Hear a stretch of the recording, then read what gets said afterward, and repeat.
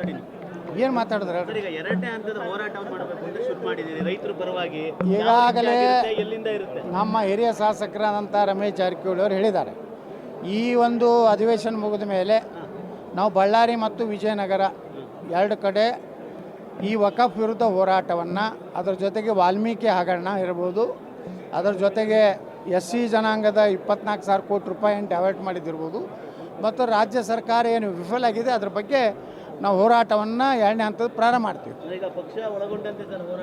ಭಾರತೀಯ Janata party Karnataka banner ತೆಳಗೆ ಮಾಡ್ತೀವಿ. ಎಲ್ಲರಿಗೂ ರಾಜ್ಯ ಅಧ್ಯಕ್ಷ ಆದಿಯಾಗಿ ಯಾರಿಗೆ ರೈತರ ಬಗ್ಗೆ, ಮಠಮಾನ್ಯ ಮಗಳ ಬಗ್ಗೆ ಅತಿ ಏನು ಗೌರವ ಇದೆ ಅವರೆಲ್ಲ ಬರ್ಬೇಕಂತ ನಾವು ಅನುಮಾನ ಕರೆದಿದ್ರು ರೀ. ಅದೇ ಅದಕ್ಕೆ ಅವ್ರು ನಮಸ್ಕಾರ ಮಾಡ್ಯಾರ, ನಾನು ನಮಸ್ಕಾರ ಮಾಡೀನಿ ಅಟ್ಟೆ, ಮತ್ತೆ ಏನಿಲ್ಲ. ಊಟಕ್ಕೆ ಕರೆದ್ರೆ ಹೋಗ್ಬಾರ್ದು, ಹೋಗ್ಬೇಕು ಹೋಗ್ಬೇಡದು ಅದು ನನಗೆ ಬಿಟ್ಟಿದ್ದು. ಏನು ಡಿಶಮ್ ಜಗಳ ಆಡ್ಬೇಕಂದ್ರೆ ಹೆಂಗೆ ಒಮ್ಮೊಮ್ಮೆ ನಮಸ್ಕಾರ ಮಾಡ್ತಾರೆ, ಒಳಗೆ ಏನು ಮಾಡ್ತಿರ್ತಾರೆ ಯಾರಿಗೆ ಗೊತ್ತದ. ಮುಂದೆ ನಮಸ್ಕಾರ ಮಾಡೋರು ಭಾಳ ಡೇಂಜರು. ತಿಳ್ಕೊಂಡ್ಬಿಡ್ರಿ, ಭಾಳ ಬೆಲ್ಲದ ಮಾತು ಹೇಳೋರು ಭಾಳ ಡೇಂಜರ್ ಇರ್ತಾರೆ. ನಮ್ಮವರು ಅಂದೇ ಬೆನ್ನಾಗ ಹಾಕ್ತಿರ್ತಾರೆ.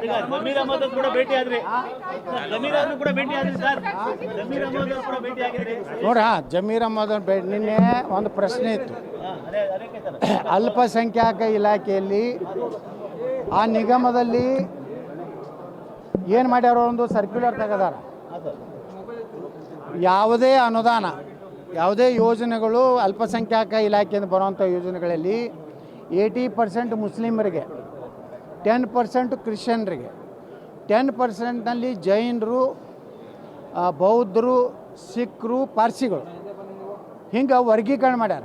ನಾನು ನೀನೇ ಪ್ರಶ್ನೆ ಮಾಡಿದ್ದೇನೆಂದ್ರೆ, ಯಾವುದೇ ಸಮುದಾಯಕ್ಕೆ ಸ್ಪೆಸಿಫಿಕ್ ಆಗಿ ರಿಸರ್ವೇಷನ್ ಅಲ್ಪಸಂಖ್ಯಾತರದೇ ಒಂದು ಇದು ಕ್ಯಾಟಗರಿ, ಅದ್ರಾಗ ಮತ್ತು ಇವ್ರು ಜಾತಿ ಮಾಡ್ಲಿಕ್ಕೆ ಹೋಗ್ಯಾರ. ಅದು ನಾವು ಒಪ್ಪೋದಿಲ್ಲ. ಒಂದೊಂದು ಕಡೆ ಕ್ರಿಶ್ಚಿಯನ್ರು ಜಾಸ್ತಿ ಅದಾರೆ. ದಕ್ಷಿಣ ಕನ್ನಡದಲ್ಲಿ ಕ್ರಿಶ್ಚಿಯನ್ ಕೆಲವೊಂದು ಕ್ಷೇತ್ರದಲ್ಲಿ ಜಾಸ್ತಿ ಅದಾರೆ. ಕೆಲವೊಂದು ಕಡೆ ಜೈನ ಸಮುದಾಯ, ಇವತ್ತು ಉಡುಪಿ ಕ್ಷೇತ್ರದಲ್ಲಿ, ನಮ್ಮ ಕಾರ್ಕಳ ಕ್ಷೇತ್ರದಲ್ಲಿ ಜೈನ ಸಮುದಾಯ ಜಾಸ್ತಿ ಅದಾರೆ.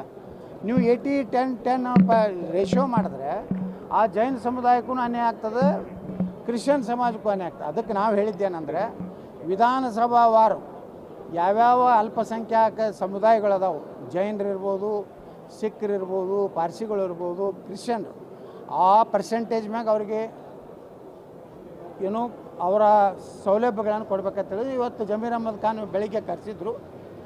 ಅವ್ರ ಎಲ್ಲ ಅಧಿಕಾರಿಗಳು ಬಂದಿದ್ದರು. ನಾವು ಹೋಗಿದ್ದೆ ಅವ್ರ ಕಚೇರಿಗೆ, ಸರ್ಕಾರಿ ಕಚೇರಿಗೆ ಹೋಗಿದ್ದೆ.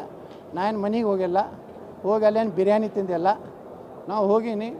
ನನ್ನ ಕ್ಷೇತ್ರದ್ದು ಒಂದಿಷ್ಟು ಮನೆಗಳು ಅವರು ಡಿಲೀಟ್ ಮಾಡಿದರು.